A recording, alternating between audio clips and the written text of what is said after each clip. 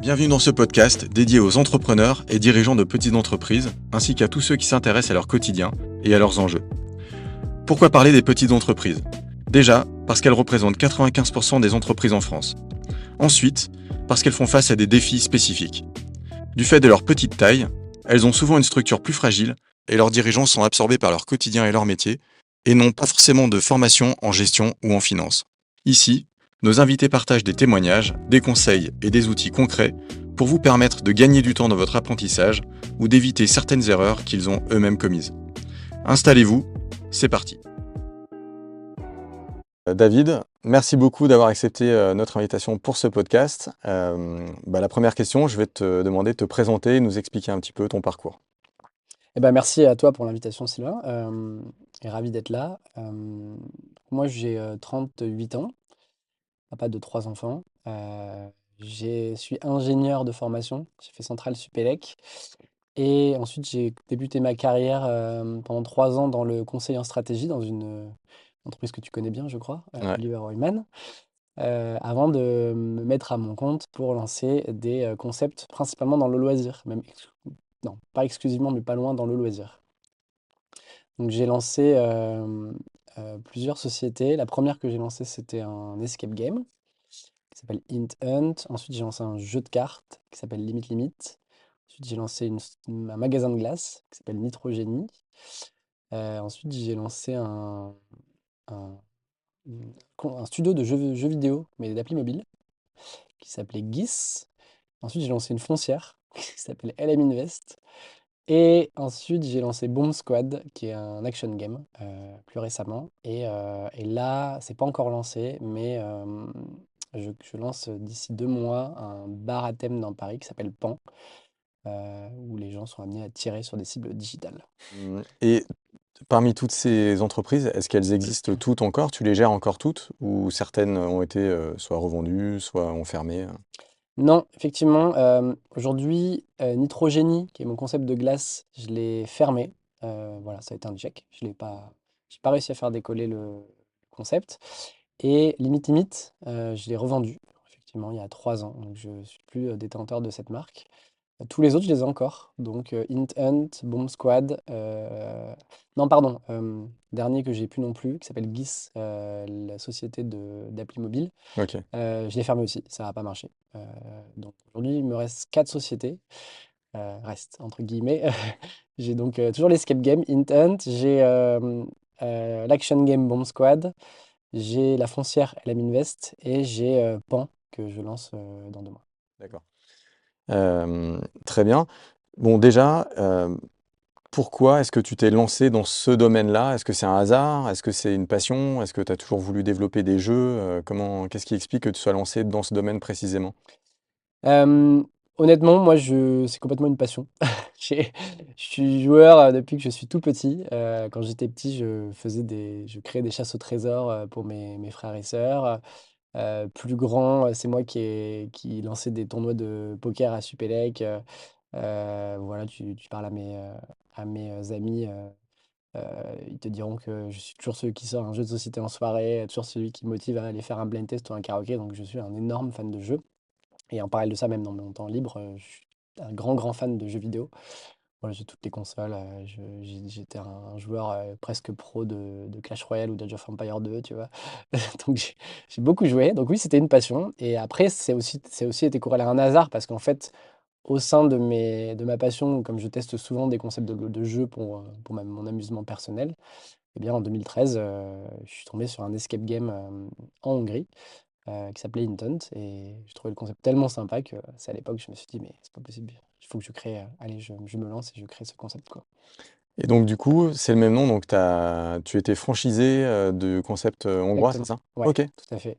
J'étais franchisé. À l'époque, il n'y avait pas d'escape game en France. Il faut bien se dire que c'était pas aussi simple qu'aujourd'hui. Aujourd'hui, il y en a, je pense, il faut regarder les stats, mais il doit y en avoir plus de 500 en France. À l'époque, il n'y en avait pas. Du coup, quand j'allais... Zéro. Zéro. Du coup, quand j'allais voir des banques, je me disais, mais c'est quoi ce concept? À l'époque, en fait, il n'y avait pas grand-chose dans le loisir, hein. Il y avait des laser games, des bowling, et c'est à peu près tout, hein. Des karaokés, s'il y avait déjà BAM. Donc du coup, Et les anciens, billard, oui, oui, ouais, billard, mais c'est pas un stand-alone ça, billard. Je pense pas qu'il y ouais. a une salle dans Paris où tu fais que du billard, quoi. C'est souvent accolé à un bar ou un truc comme ça. Mais oui. Et du coup, quand je leur ai dit que j'allais enfermer des gens dans une salle et qu'ils allaient payer pour ça, ça a pas tout de suite fonctionné, tu vois. Et en fait, du coup, la franchise m'a, permis de concevoir le truc, parce que pour moi, c'était encore assez abstrait. Puis j'étais jeune, j'avais 26 ans. Et de deux, ils m'ont fourni tous les chiffres qui ont permis d'appuyer ma demande de financement bancaire, tu vois. Donc voilà, mais évidemment, après, l'escape game, c'est largement démocratisé en dehors de la franchise, même s'il y a quand même des grandes franchises avec Escape Hunt, Get Out, qui sont des grandes franchises en France.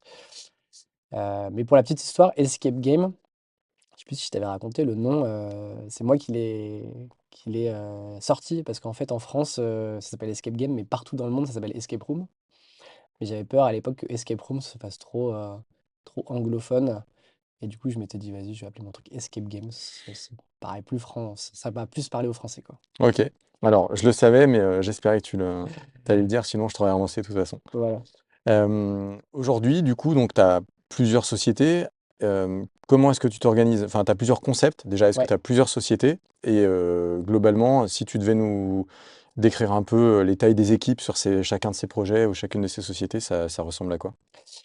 Donc j'ai quatre sociétés, comme je te disais. En fait, j'en ai même cinq, puisque j'ai ma holding personnelle qui regroupe un petit peu tout ça, mais j'en ai quatre opérationnels. Ouais, Donc si on fait dans l'ordre, la principale, enfin la première, c'est donc Intent, l'escape game, qui est un concept qui encore aujourd'hui fait dans les 1 million de chiffre d'affaires. Il y a une quinzaine de personnes qui travaillent dedans. Celle-là, je l'opère depuis 10 ans, donc je la connais par cœur, et puis on a beaucoup de recul dessus, on a beaucoup de process qui ont été mis en place. Donc, je vais te dire, il n'y a plus énormément de business développement à faire. En plus, l'escape game, c'est un petit peu passé de mode, entre guillemets. C'est elle aussi qui porte la salle de quiz, hein, quiz boxing. Donc, en fait, je l'englobe dedans. ok, Qui est la dernière, d'ailleurs, évolution qu'on a faite, puisque c'était il y a 3 ans. Et celle-là, donc, elle se gère un peu toute seule. Donc, moi, j'y passe, je pense que si je devais te quantifier, j'y passe peut-être 2 3 heures par semaine, tu vois, de travail dessus, je veux dire. ok, Donc c'est pas énorme. Je vérifie les chiffres, je vérifie les derniers avis, je vérifie les stats de conversion sur les Google Ads, Meta Ads. Je fais un petit point rapide avec mon directeur. Donc j'ai un directeur qui gère depuis plusieurs années.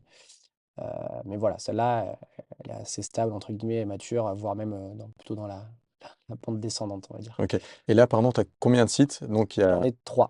Ok, trois. Ouais, j'en avais quatre. J'ai fermé un site l'année dernière. Donc là, il m'en reste trois qui sont tous situés au quartier Beaubourg. Mais en fait, toutes mes boîtes sont dans le quartier Beaubourg, donc c'est simple. Ok, C'est mon quartier, j'habitais là-bas avant.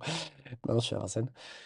Donc ça, c'est la première. La ok, deuxième, du coup, que j'ai ouvert, si on fait dans l'ordre chronologique, c'est LM Invest, qui est donc la foncière. Donc là, je gère juste ça avec un ami.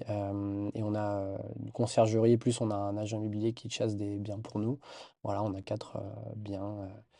Ça me demande un peu de temps aussi, mais donc ça, c'est pas dans le secteur du loisir, mais ça me demande quand même du temps, parce que tu vois, pas plus tard qu'il y a pas si longtemps, un dégât des eaux, il faut que j'aille sur place pour vérifier ce qui s'est passé. Il faut qu'une chaudière qui a été pétée, il faut la remplacer, etc.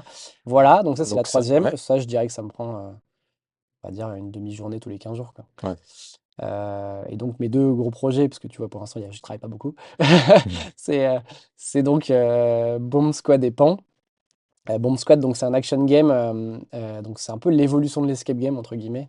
Tu vois, c'est un jeu où, à l'inverse d'un escape game, t'as pas de fouille et t'as pas d'indice sur un écran, mais tu es plutôt dans une salle chronométrée avec des énigmes de logique à faire, mais dans un temps délimité, et qui te font gagner le plus de points possible.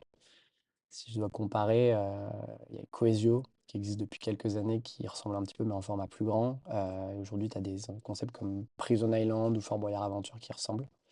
Ok, Voilà. Donc ça, je vais vers dans Paris, sur un plus petit format que tout ce que je viens de te mentionner, 120 mètres carrés. Et donc, le concept final, c'est qu'à la fin, tu dois désamorcer une bombe, et si t'arrives pas à la désamorcer, tu te prends de la peinture dans la figure. Donc ok, c'est très rigolo. Et du coup, sur les réseaux sociaux, ça fait un malheur. Donc on a été très vite rempli à Paris, tu vois, on va faire plus d'1 million de chiffre d'affaires avec juste un centre dans Paris. Tu vois, je te disais tout à l'heure, Intent, 1 million, mais sur 3 centres. Là, on en a qu'un seul. C'est plus rentable. Euh, Et puis, c'est hyper marrant, on a un bar à thème, on propose des collations aux gens. Et donc ce concept-là, je le déploie en propre, mais aussi notamment en licence. Donc là, on en a déjà ouvert 9, dans 9 villes, Berlin, Bruxelles, Fontainebleau, Nîmes, Toulouse, Marseille, Bordeaux. Et donc du coup, ça me prend beaucoup de temps, à la fois le business développement, en propre et en franchise. Et alors, ce que tu appelles business développement, c'est aller trouver des futurs franchisés ou des gens sous licence. Donc, du coup, tu vas proposer à des entrepreneurs d'utiliser ta licence et de créer leur propre société et d'avoir le droit d'exploiter ton nom, le concept, c'est ça? Exactement. Ok. Et quand on en parlait un peu en off, tu me disais que c'était un produit plutôt tech, il me semble. Ouais. Euh, Est-ce que tu peux juste être un peu plus précis sur ce point? Qu'est-ce qui est tech en fait dans l'expérience que tu vis? Bah, en fait, effectivement, un escape game, c'est pas très tech finalement. Un escape game, tu trouves une clé, tu ouvres un cadenas. Alors si tu as des escape games qui sont un peu plus tech, où tu appuies sur des boutons et ça va te débloquer un tiroir automatiquement ou ça va lancer une vidéo, mais ça reste assez basique. À l'inverse de ce jeu, finalement, effectivement, ce que je leur donne le droit d'exploiter, c'est mon logiciel. Parce qu'en fait, à la fois, ça reconnaît les clients directement avec un badge, qui derrière, dans chaque pièce, va les reconnaître automatiquement Mhm. et va, les identifier avec leur score associé. Ça va lancer automatiquement la pièce, et il y a plein de niveaux qui vont se succéder, automatiquement, il y a pas de rangement. Ça va détecter si dans la salle d'après, il y a quelqu'un et ça va les faire, passer ou non dans la salle d'après. Donc ça va enchaîner toutes les salles en gardant leur score associé, et cetera. Arrivé à la fin, ça va automatiquement transformer ça en temps pour la bombe. Ça va envoyer automatiquement les photos, les vidéos. Ça va derrière, automatiquement, stocker leur score dans la base de données, et mettre à jour tous les pourcentages de succès qu'on donne, le leaderboard, et cetera. Et le plus gros point aussi derrière, c'est que tout ce que je viens de te mentionner est paramétrable dans un back-office.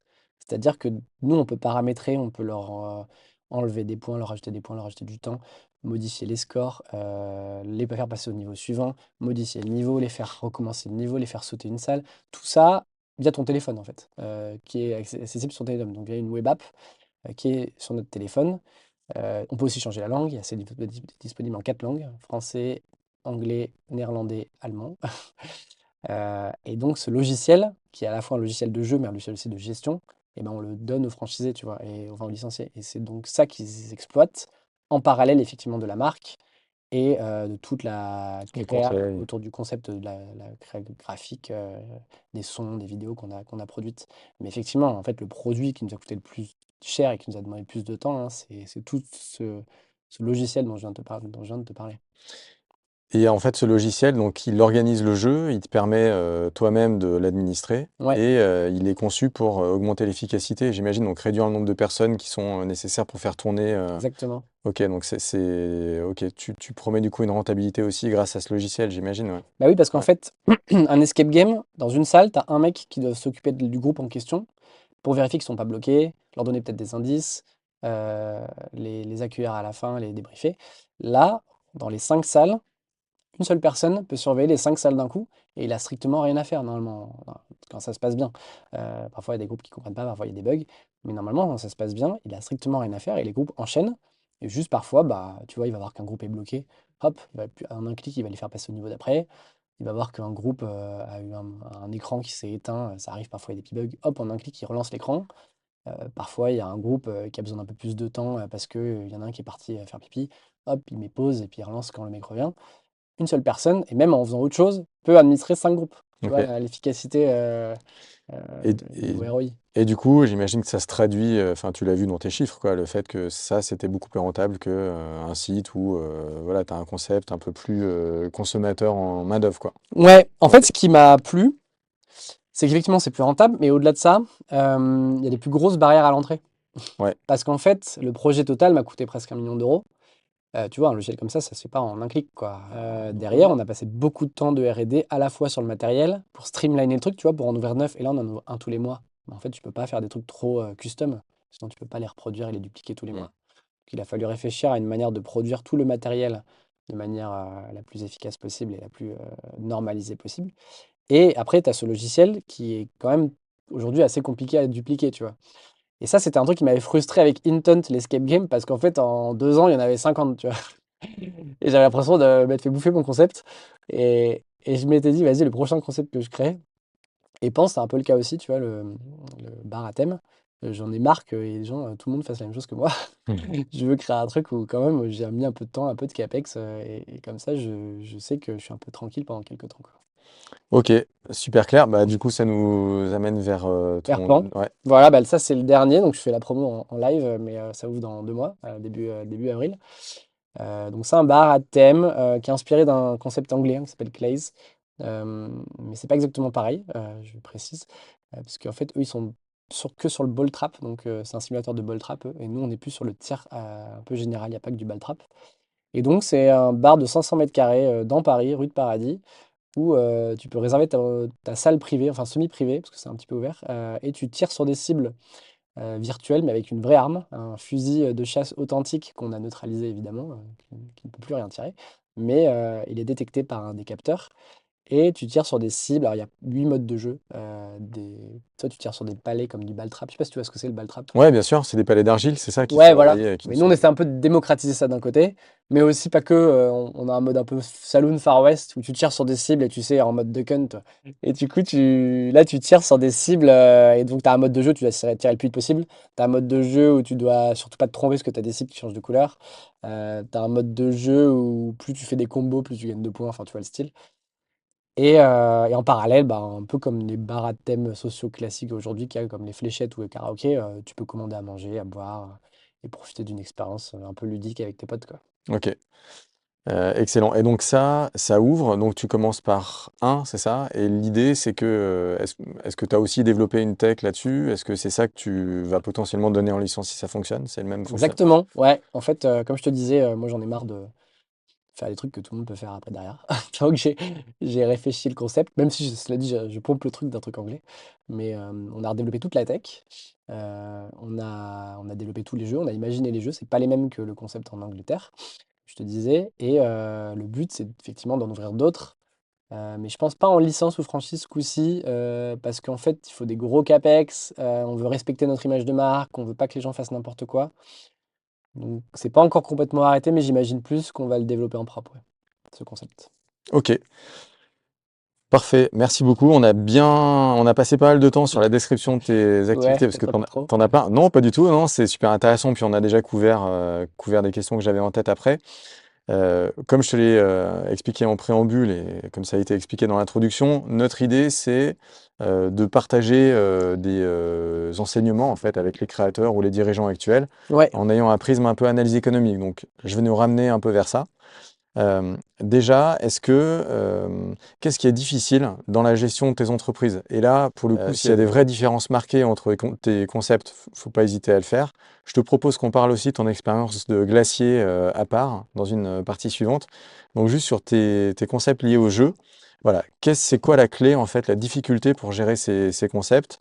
En gros, dans le modèle économique, qu'est-ce qui est Qui est clé? ouais, Écoute, il y a plusieurs choses, je pense. La première chose, c'est ton acquisition client, puisqu'en fait, moi, j'ai des concepts qui sont très B2C, même s'il y a quand même beaucoup de team building, mais ça reste quand même assez B2C.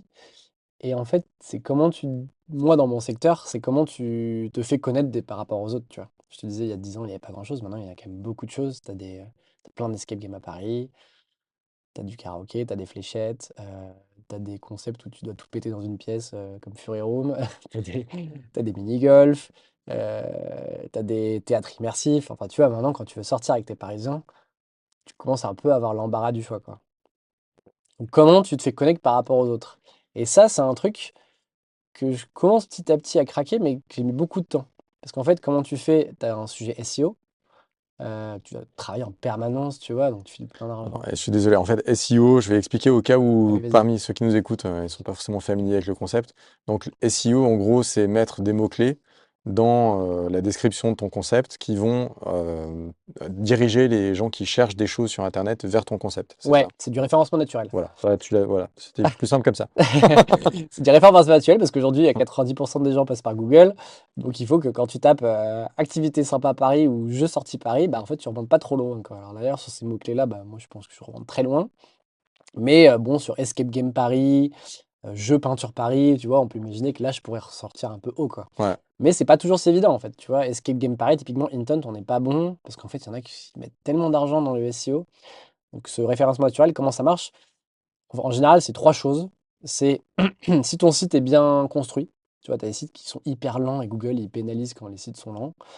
Des sites qui sont des vieux sites, donc voilà, nous on a refait notre site d'ailleurs récemment pour ça. Tu as ce qu'on appelle des backlinks, tu sais, c'est tes liens qui renvoie vers qui toi. renvoient vers ton site. Plus tu en as, plus tu remontes dans le référencement, parce que Google considère que du coup tu es un vrai site, parce qu'il y a plein de gens qui pointent vers toi. Et après, tu as le dynamisme de ton site. C'est-à-dire, est-ce que tu as plein d'articles de blog tous les jours, toutes les semaines? Est-ce que il arrive à détecter que tu as des réseaux sociaux qui mettent des contenus, tu vois, parce qu'ils redirigent vers ton site? Et donc, il faut être actif, en fait. Tu vois, tu peux pas te dire, ça y est, j'ai fini mon SEO, et pendant un an, ne rien faire, ça ne marche pas, tu vois. Donc ça, c'est un taf, c'est un gros taf. Moi, j'ai jamais été très bon, tu vois, là-dedans. Euh, que j'essaie de faire un peu plus maintenant, parce qu'en fait, ça reste clé. C'est peut-être plus clé dans certains secteurs, mais moi, dans le mien, quand même pas mal. Et donc voilà, l'axe A qui est te Acquisition faire client. Ouais. connaître, c'est un des premiers leviers, tu vois. Tu l'as délégué ça, vraiment, ou tu le fais? Et bah, figure-toi, je l'avais délégué. J'ai filé des agences, j'ai filé à mes gars de le faire et tout. Et en fait, c'était pas bien fait. Et je l'ai repris en direct parce qu'en fait, on n'est jamais mieux servi que Farsiamon, tu vois. Sur ce truc-là, en fait, c'est tellement pointu parfois d'aller vérifier. En fait, tu peux trouver un milliard d'agences qui vont te vendre qu'ils vont te faire remonter ton site. Et en fait, ils vont te faire des articles de blog à l'appel ou te vendre des backlinks qui valent rien. Ils vont te facturer ça 3000 balles par mois. Je suis même en. Pour la petite histoire, je suis en litige avec un d'entre eux, tu vois. Parce que, en fait, je m'aperçois que derrière, c'était du vent, tu vois. En fait, si tu surveilles pas bien ça, ton SEO, ça peut vite être n'importe quoi. Ok. Donc ça, c'est le premier point. Et deuxième point, sur ton acquisition client, comment tu te fais connaître des autres, évidemment, après, c'est l'acquisition digitale, donc payante plutôt. Enfin, et d'ailleurs, il n'y a pas que payante, il y a aussi tes réseaux sociaux, comment tu animes tes réseaux sociaux. Ça, pareil, je l'ai délégué pendant longtemps. En fait, savoir ce que tu postes, à quel moment sur TikTok, sur Insta, voire sur LinkedIn, tu vois, le ton que tu emploies, les, les hashtags que tu mets. En fait, c'est pas si simple, hein, à filer à une agence qui est loin de ton business quand on gère 10 en même temps. Parfois, il fait pas ça très bien, tu vois. Ou même un alternant community manager, faut que tu aies un regard dessus, en fait. Donc voilà. Après, donc ça, c'est sur le community management. Sur l'acquisition payante, quelle vidéo tu sponsorises? Quel budget tu mets par jour? Euh, Est-ce que tu mets sur Meta, sur YouTube, sur TikTok, etc. Pareil, quel ton tu emploies? Quelle est l'audience que tu vises? 18-25, ou est-ce que tu laisses tourner l'algorithme de Google? En fait, tout ça, c'est un vrai métier aussi, c'est un vrai truc à surveiller. Et comme c'est du vrai argent derrière, parce que chaque jour, tu vas dépenser X euros de sponsoring, pareil, il faut le surveiller, tu vois. Donc ça, pareil, c'est un truc à surveiller. Et en parallèle de ça encore, comment tu communiques sur la presse traditionnelle ou les vecteurs traditionnels? Est-ce que tu prends une agence RP en permanence ou pas? Heu, voilà, toutes ces questions autour de ta marque et ta notoriété de marque finalement. Ou même, tu vois, là, dans 3 mois dans Bomb Squad, je vais faire une vidéo YouTube avec des youtubeurs.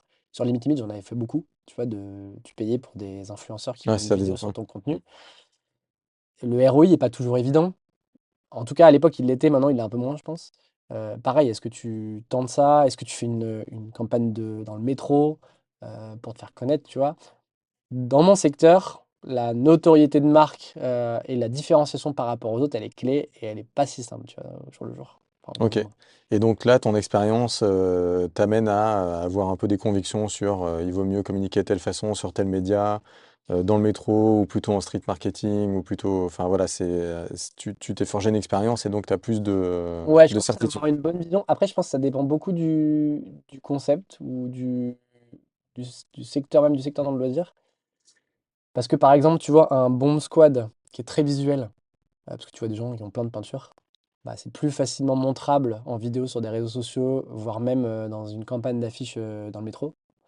Alors qu'un Hinton, qu'un escape game où il y en a 10, où tu as juste des clés et des cadenas, c'est plus dur à les faire dans le métro ou sur les réseaux sociaux, tu vois. Donc là, on est beaucoup plus dans l'acquisition de mots-clés, tu vois, de gens qui tapent escape game sur Paris. Bah là, on dépense beaucoup d'argent là-dedans, quand on n'en met quasiment pas dans Bomb Squad, tu vois. Ok.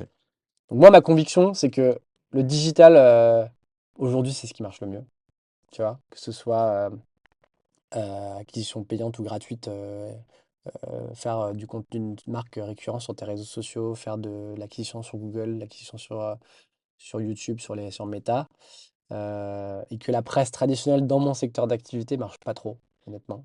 Le métro, je suis pas trop convaincu non plus. Tenté ça une fois, ça n'a pas trop marché. Mais je pense que ça doit dépendre des marques pour le coup.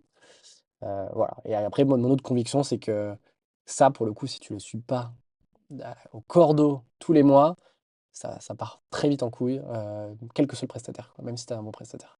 Et alors, donc deux questions. Qu'est-ce que tu suis du coup pour t'assurer que ça reste bien carré? C'est quoi? C'est en gros les sommes engagées et quoi le taux de Le CPA. clic?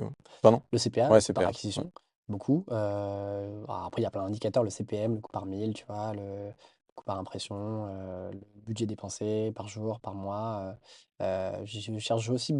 Après, moi, je vérifie plein de choses, mais par exemple, le coût par impression, si tu veux, sur TikTok et Insta, le coût par impression est moins cher sur TikTok. C'est-à-dire qu'il y a plus de gens pour le même budget qui voient ta pub sur TikTok que Insta. Hmm. Par contre, tu as plus de gens qui achètent sur Insta que sur TikTok. Ok. Mais ma conviction, c'est que sur TikTok, en fait, ils passent moins à l'achat tout de suite, mais en fait, ils y pensent et plus tard, ils achètent, tu vois. Mais du coup, tu le traques pas. Donc ça, je regarde et quand je vois que le coût par impression est quand même beaucoup plus faible, bah, j'augmente le budget, tu vois. Donc oui, le budget, je l'augmente toujours et on passe presque d'une semaine à l'autre, on ajuste le curseur du budget ou on switch de YouTube à Google, à Meta ou à LinkedIn, tu vois. Donc ça, je le suis tout le temps, ouais, ces indicateurs. Et en parallèle, je suis aussi les visites sur le site. Parce qu'en fait, ça, c'est corrélé. Plus tu dépenses de budget, plus ton site a de Et trafic. fréquenté. Ouais, est fréquenté. Donc quand je vois qu'il y a des pics de trafic, je vérifie si c'est pas lié à telle ou telle dépense et j'ajuste en fonction. Ok. T'as pas. Donc ma deuxième question, c'est sur l'emplacement. T'as pas indiqué l'emplacement comme étant un moyen d'attirer des gens ou te faire connaître? L'emplacement du lieu? Ouais, la Alors, j'avais pas localisation. parlé de tous Ouais, les enjeux dont tu m'as ouais, sur ta question, ouais. mais Ah, pardon. Ouais, l'emplacement en est un, ouais, ok. effectivement. Après, c'est pas un sujet de. Pour moi, c'est pas du tout un sujet de notoriété de marque, Non, l'emplacement. c'est plus de flux, quoi, d'attirer des gens parce qu'ils passent dans la rue, mais c'est peut-être pas la façon dont ils s'organisent pour venir dans ce genre d'activité, quoi. Ouais, non. Ça se planifie, C'est tu prends rendez-vous. à la marge. Pas dans mon secteur, peut-être plus Voilà. dans un bar. Hmm. Ouais, Mon magasin de glace, c'était clé. Si on en ouais, reparlera tout à l'heure, tu vois, ouais, je pourrais te dire que j'étais mal placé. Mais dans l'escape game, l'action game, voire même le bar à thème, les gens ils viennent, tu vois, parce qu'ils t'ont vu sur les réseaux ok. et Ils pas passaient parce pas qu'ils parce sont qu'ils sont passés passés devant devant. 10 fois et que Non, ça leur donne envie. non. Ok, ok, très clair. Non, ce qui est plutôt crucial, c'est plutôt d'arriver à avoir un bon ratio mètre carré slash prix et être accessible, tu vois. Ouais. Parce que par exemple, nous on est quand même très bien placé, on est dans le troisième secteur Beaubourg, je te dis. Hmm. Il y a des escape games qui ont ouvert au fin fond du 20e, à 5 ou 10 minutes à pied d'une bouche de métro. Bon, bah là, clairement, le responsable RH de la boîte à la Défense qui fait son team building, il n'a pas envie d'aller dans le 20e, tu vois. Hmm. Donc là-dessus, oui, je dirais plutôt comme ça, tu vois. Accessible et plus ou moins central. Après que tu sois sur une artère passante, on s'en compte. Ouais, ok, très clair. Parfait. Donc, acquisition Ouais, client, notoriété pour ouais. ton premier pilier. Et Deuxième, si je devais choisir, je pense, il y a le pilier RH. Parce qu'en fait, finalement, avoir des mecs. Euh, Enfin, la première vitrine que tu as vis-à-vis du client, c'est évidemment ton staff. Tu vois, ils arrivent, ils voient quelqu'un. S'ils voient quelqu'un qui est à peu près, qui présente bien, qui est souriant, qui est sympa, qui met à l'aise, franchement, dans ce secteur, c'est 10 fois, enfin, ça fait 10 fois plus de job que quelqu'un qui est un peu terne, qui se lève même pas et qui te dit va mettre tes affaires là-bas, tu vois. Ça, c'est aussi un truc que je fais pas mal, ouais. On fait des points réguliers, tu vois. On est tout le temps en contact avec le staff, même si j'y passe pas forcément tout le temps. Bah, je suis en permanence sur les groupes WhatsApp pour voir ce qui se passe, tu vois. ok, très bien. Donc l'équipe, deuxième pilier. Voilà. Est-ce qu'il y en a un troisième ou... Bah, il y en a Ouais. évidemment un troisième, je pense. C'est que dans ce secteur-là, si tu veux marcher, il faut quand même que ton truc de base soit attirant et soit fun, tu vois. Hmm. Et en fait, enfin, que tu aies un élément de différenciation par rapport aux autres. Si demain tu crées un énième escape game, même si tu fais bien les deux premiers piliers que je t'ai dit, Hmm. euh, tu as une super noto de marque, tu es hyper actif sur les réseaux sociaux, tu dépenses plein d'argent SEO et tu as un super staff. Si ton expérience n'est pas incroyable, tu auras beau faire ce que tu veux. ça marchera pas, quoi. Mmh. OK, Donc, très clair et du coup, comment tu pilotes, globalement tes concepts? Parce que donc tu en as plusieurs en même temps. Il faut quand même que tu t'assures que tout ça, est rentable et viable. ouais. Qu'est-ce que tu suis? Alors tu nous as parlé de la partie, on va dire SEO et donc, comment est-ce que tu pilotes, on ce que les dépenses que tu engages pour ta notoriété. Qu'est-ce que tu regardes d'autre? Je sais pas, ça peut être de nature, financière, donc tu parlais aussi du turnover dans le staff. J'imagine que si tu vois que ça augmente, de manière complètement inconsidérée, c'est peut-être qu'il y a un problème et quelque chose à creuser. Est-ce que tu as d'autres indicateurs au quotidien, voilà, à nous indiquer? Alors, au quotidien, euh, mis à part effectivement l'acquisition digitale dont je te parlais, les principales que je regarde, les deux principaux, clairement, c'est les réservations. Ouais, est-ce qu'il y a eu beaucoup de réservations d'un jour à l'autre, mais après ça, tu vois, ça veut pas forcément dire grand-chose au quotidien. C'est pas parce qu'il y a eu un drop de résa que tout va mal. Je le suis plutôt moi, donc on va dire ton chiffre d'affaires. Au quotidien, par contre, ce que je suis le plus, très clairement, c'est les avis Google, tu vois, ou les avis TripAdvisor. C'est-à-dire, ça, c'est le reflet de la santé de ton business, là, tout de suite, tu vois. Si tu te prends une étoile, 2 jours d'affilée, un mec qui dit, je sais pas, il y a eu un bug 2 fois d'affilée, bon, voilà, directement, tu vas voir et tu dis, attends, il y a peut-être un souci logiciel. Un mec 2 fois d'affilée, le mec qui dit, ben, le staff, ils étaient pas très agréables, ils tiraient la tronche pour pas dire qu'il y a un problème de staff, tu vois. Je trouve que ça, c'est un très bon indicateur, même si évidemment, tu peux gruger, mais c'est quand même un bon indicateur de voir tes avis Google. Donc, ça, c'est vraiment le truc que je fais au quotidien. Et après, si tu pars plus côté mensuel, ben, je pense que je regarde. Je sais pas ce que tout le monde regarde, mais moi, je regarde les trucs assez classiques, tu vois. Je regarde le chiffre d'affaires, les coûts, je vérifie que les dépenses sont pas délirantes. Effectivement, je regarde le turnover du staff s'il y a eu des missions. T'as Voilà. pas dit la trésor? Tu regardes pas ta Oui, trésor? la trésor, Ouais? bien sûr. En fait, les deux vont Ouais, ensemble pour moi, chiffre OK. d'affaires et trésor, ouais, tout à fait. Et et donc du coup, ton chiffre d'affaires, tu arrives à l'avoir, par mois? Enfin, en tout cas, les états dont tu nous as parlé, chiffre Le d'affaires, chiffre d'affaires, je l'ai tout par ça jour, hein, même. ouais, OK, avec ton outil Tous les jours, j'ai un outil, de tu vois, facturation, enfin de un outil d'encaissement. d'encaissement, ouais. Tout est centralisé dessus. OK, Il y a peu d'encaissements sur place. Et de toute façon, normalement, ils sont rentrés à l'intérieur du OK, logiciel. Et tous les jours, je sais mon chiffre d'affaires, tu vois. d'accord. Je Donc connais pas tous les jours mes coûts, par contre. ouais, Donc ça, je fais plutôt un point à la fin du mois avec le compta, avec la comptable. Mais le chiffre d'affaires, ouais, je l'ai direct en lecture première. Et ma trésor va un peu avec parce que si dans ce business-là, tu sais, tu as un BFR négatif où ton chiffre d'affaires est immédiatement encaissé. Donc en fait, ma trésor va souvent avec, quoi. Donc du coup, effectivement, je check aussi la trésor à ce moment-là sur mon compte en banque. OK. Alors on va juste passer, enfin on va passer juste après justement à l'autre partie, donc plutôt sur les difficultés, donc l'autre, activité. Avant, dernière question, tes interlocuteurs au quotidien, c'est qui? Est-ce que c'est par exemple ton banquier, ton expert comptable, un avocat? Est-ce que tu t'appuies sur des prestats de ce type-là ou est-ce que tu gères vraiment tout en autonomie? Non, non, non. Alors évidemment, j'ai un comptable, j'ai un banquier, Mmh, etc. Mes interlocuteurs au quotidien, c'est pas du tout les mêmes sur les trois business pour le coup. Parce qu'en fait, le business qui est mature, mon interlocuteur au quotidien, c'est clairement mon directeur et un peu mon banquier. Et mon directeur, il gère tout, tu vois. mmh, Je lui ai délégué. Enfin, non, je gère aussi quand même un peu l'agence SEO et l'acquisition digitale, comme je te disais. Mais ça, je l'avais délégué avant et je l'ai repris parce qu'en fait, c'est trop clé. Donc, l'agence SEO et l'agence conversion digitale, je les ai en direct sur Intent. Tout le reste, j'ai délégué à mon directeur. mmh. Donc, il gère l'ERP, il gère les réseaux sociaux, il gère la comptable. Tu vois, tout ça, il gère maintenant. Euh, sur Bomb Squad, en fait, c'est encore récent. Donc là, tous les réseaux sociaux, je les gère en direct. Et je gère beaucoup en direct tout le business développement. Donc, c'est-à-dire recherche agent immobilier pour des recherches d'autres locaux dans d'autres villes. Euh, Banquier beaucoup plus pour financement, Ouais, évidemment. Business développement, je gère les RP en direct. mmh. Et je gère beaucoup, je t'avais dit, tu sais, je développe ce concept en licence. Et là, aujourd'hui, c'est principalement moi qui suis l'interlocuteur direct des licenciés. OK, Donc, je gère avec eux la mise en place, etc.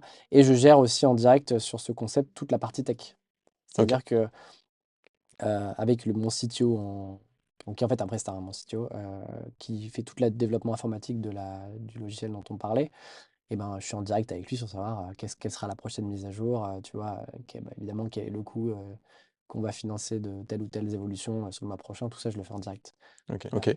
Tu m'as pas dit expert comptable parce que en fait, t'as pas d'échange quotidien avec ton expert comptable, si ce n'est pour qu'il te communique les coûts, mais Ouais, non, mon expert comptable, j'ai pas tellement d'échanges, j'en ai un à la fin du mois, ouais, quand on fait le bilan du mois, les factures, les coûts, voilà. Au jour le jour, j'ai pas d'échange avec lui, non. Ok. Parfait, merci beaucoup. On passe sur donc l'avant-dernière partie, mais la dernière sera, bon, on l'a quasiment abordée, qui porte sur les difficultés. Donc là, l'idée c'est de savoir si tu as déjà connu des difficultés Oula, oui. et le cas échéant, bah voilà, est-ce que tu peux nous raconter un peu déjà de quoi il s'agissait, comment tu t'en es rendu compte, comment tu t'en es sorti, quels conseils tu pourrais donner à ceux qui s'y trouvent ou qui vont s'y trouver Ouais. pour s'en sortir. Voilà. Moi, j'ai eu trois grosses difficultés, on va dire, dans la vie d'entrepreneur, tu vois. Euh, la première, la principale, évidemment, c'est que beaucoup de gens ont connu, je pense, c'est que tu as une boîte qui marche pas, tu vois, difficulté économique. Donc, c'était effectivement mon magasin de glace, concept, donc c'était de la glace à l'azote liquide. Sur le papier, c'était fun, non? Ça marchait en Australie. Tu mettais de la crème sucrée à base de plein de choses naturelles. Tu mets de l'azote liquide dessus à moins 190 degrés ou 180 degrés. euh, et ça fait poum, ça fait de la glace en 3 secondes, tu vois. Ok. C'est fun sur le coup. En Ah plus, bah carrément. c'est censé, tu sais que c'est censé être comme ça que les chefs étoilés font leur glace dans les restos étoilés. Parce que c'est fait sur minute, tu peux faire des trucs hyper stylés du coup, parce que tu peux faire des formes sympas, tu vois. Et normalement, t'as pas les cristaux de glace qui se créent, tu sais, les trucs qui croquent sous la dent, dans ce genre de procédé, parce qu'ils n'ont pas le temps de se former. Ok. C'est ce que je vendais à l'époque, comme claim. Sauf que j'avais pas un emplacement si incroyable que ça. Et dans ce business, contrairement à l'escape game dont on parlait tout à l'heure, tu vois, l'emplacement il est super raclé. Tu vois, c'est un achat d'impulsion, la glace, quoi. Voilà. Euh, les coûts étaient pas si bien maîtrisés parce qu'en fait, je pensais que j'allais dépenser. Je pensais qu'avec un litre d'azote, j'allais faire trois glaces. Et en fait, avec un litre d'azote, je faisais à peine une glace, tu vois. Et l'azote, ça coûte cher. Du coup, je vendais mes glaces plus chères que d'autres concurrents, genre à Morino, pour pas les citer. Et bah, du coup, les clients ne voyaient pas forcément toujours la différence. Euh, faire une glace, du coup, comme je viens de t'expliquer, bah, en fait, ça prenait un peu de temps.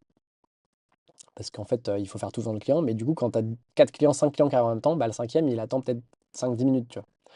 Donc, bah, en fait, en termes de débit, c'est plus long que de Ouais, prendre puis tu perds des clients faire un qui client. vont perdre patience. Et puis, je pense que le marketing autour de chimiste, azote, on établit un petit chimiste, bah, c'était pas si attirant, tu vois. Donc voilà, donc Ça, c'est ton côté ingénieur peut-être ouais, qui genre, t'a orienté, non, je tu pense crois? que c'est surtout que je me suis dit, si peut-être, remarque. Je me suis dit que les gens allaient trouver ça marrant. Et Donc pardon, j'ai t'étais derrière, enfin c'est toi qui faisais les glaces. pas mal, ouais. Ouais, Ouais, ouais, alors ok. j'avais aussi un mec manager avec moi, j'étais pas non plus H24 dedans, mais une bonne partie du temps, je peux te dire, surtout quand tu vois les chiffres et que tu vois que tu perds de l'argent, t'essaies d'économiser les coûts, tu vas sur place faire la glace, hein. Donc ouais, j'ai beaucoup servi des glaces, hein. En plus, au-delà de ça, je pourrais acheter comme difficulté, mais ça je le savais, que c'est un business saisonnier, qu'on a eu un été dégueulasse cette année-là. Ouais. Ça Ça n'a arrive. pas aidé. Et ça n'aurait pas marché, je pense, quand même. Mais quand même, ça n'a pas aidé. Donc, j'ai ouvert un centre à Beaubourg, rue Saint-Martin, qui s'appelait Nitrogénie. J'en ai ouvert un deuxième au bout d'un an parce que je me suis dit peut-être que c'était le lieu. Vas-y, je vais ouvrir un pop-up à la Défense dans le centre commercial, en plein milieu du centre commercial des 4 temps. C'était un peu mieux, mais c'était pas beaucoup mieux. Et en fait, ça concept coûtait trop cher. Et du coup, effectivement, tu vois, au bout d'un an et demi, bah, en fait, j'arrivais pas à finir mes fins de mois. Je remettais de l'argent moi-même au pot pour pouvoir payer mes employés. Je le vivais tellement mal, tu peux pas savoir. Je dormais mal la nuit. Je me disais, putain, mais je vais pas pouvoir payer mes employés. Comment je vais faire? En plus, moi-même, je suis un peu en galère d'argent. Je pourrais pas remettre au pot. Est-ce que je vais avoir à la banque pour leur demander une rallonge? Comment je fais? Enfin, vraiment, ça a été très compliqué. Je pensais que enfin, je pensais me mettre en session de paiement et tout liquider. Mais en fait, si tu fais ça, tu sais, Tu peux plus rien. tu peux plus rien faire Ouais. comme prêt de banque, quoi. Enfin, t'es fiché, quoi. Alors, officiellement, les fichages bancaires n'existent pas trop, officieusement, bien sûr que si. Donc, du coup, je voulais un peu éviter de faire ça, quoi. Parce que je savais que je voulais continuer ma vie d'entrepreneur. Et donc, en fait, j'ai quand même eu de la chance dans mon malheur, parce que, j'avais un autre business à côté deux autres business à côté qui marchaient bien. C'était Limit Limit et Intent à l'époque, qui tournaient bien, qui me permettaient d'avoir un peu de cash pour renflouer Limit Limit. Deux, j'ai quand même mon père qui m'a fait un prêt à l'époque pour me permettre de finaliser la session et de finaliser enfin de un peu payer tous mes coûts, quoi. À taux de 2%, je précise. Quand même, il voulait pas faire gratos, et il a raison. Mais voilà. Et de trois, là où j'ai de la chance aussi, c'est que j'ai quand même relativement trouvé vite un repreneur de mon fonds de commerce. Tu sais, dans ce genre de business, le fonds de commerce, ça vaut quand même pas mal d'argent. Donc Hmm. c'est le Même si tu pas propriétaire de ton local, tu sais, On revend le fond. tu peux revendre le fonds qui valait quand même pas loin de 200 000 euros.